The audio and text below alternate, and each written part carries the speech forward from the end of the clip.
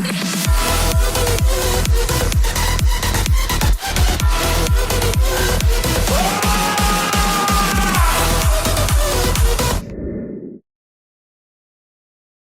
9 episodes of Star Wars Visions are streaming on Disney Plus, and now we're going to talk about it. This review will include some spoilers, so if you haven't seen all 9 episodes of Star Wars Visions and want to, go watch them and then come back. Before we start talking about this show, I want to talk about my experience with anime. It's not really my thing, but I do understand why a lot of people like it. I've only watched about like 2 anime shows, if you count them. They're kind of like American anime, and they are Avatar: The Last Airbender and Teen Titans, which were both pretty good shows.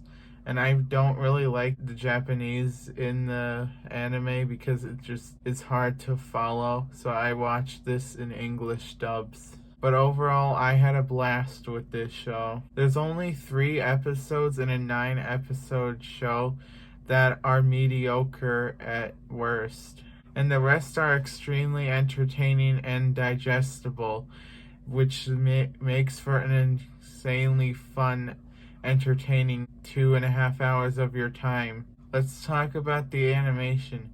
The animation is gorgeous.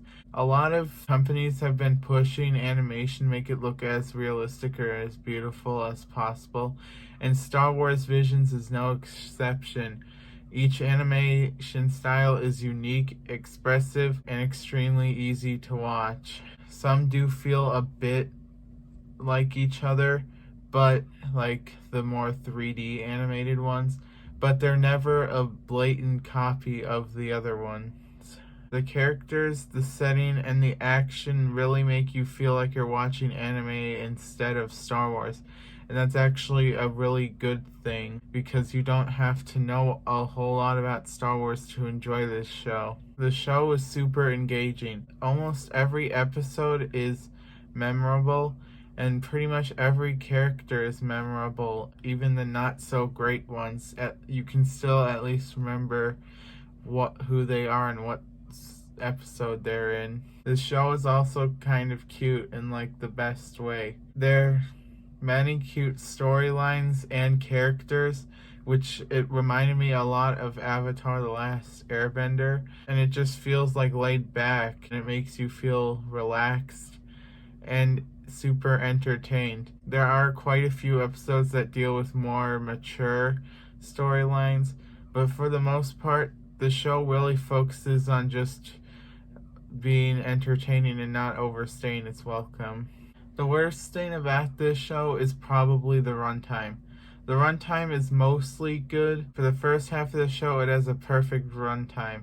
The first 6 episodes don't overstay their welcome, and they know when and where to end. But after that, the last 5 episodes don't know where and when to end, because they're either too short or too long, and it makes the story feel a bit more messy in the last couple of episodes. I would recommend not binging this show, because I think you really need to just watch 2 or 3 episodes a day to get an understanding of what the show is like, so you can go into the next episodes interested to see what's going to happen next, instead of just moving on to the next episode. Now, before I wrap up my thoughts on the show, I want to rank the episodes. Let's start from best to worst.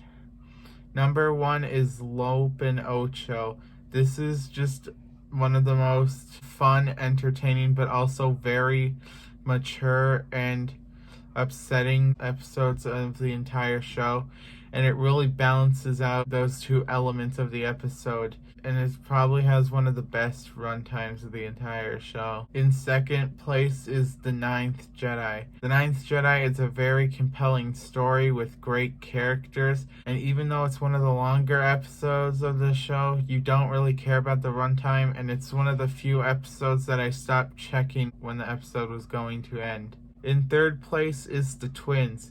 The Twins is just a very great and mature episode with 2 great leads and a bunch of cool lightsaber action to make it one of the most entertaining and deep episodes of the entire show. Number 4 is Tatooine Rhapsody.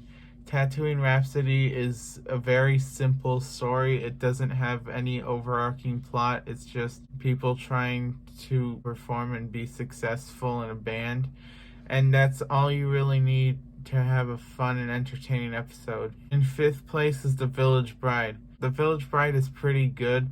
It has some elements that reminded me of Avatar: The Last Airbender, and you're never really bored watching it, but it's not a very memorable episode. Number 6 is The Duel.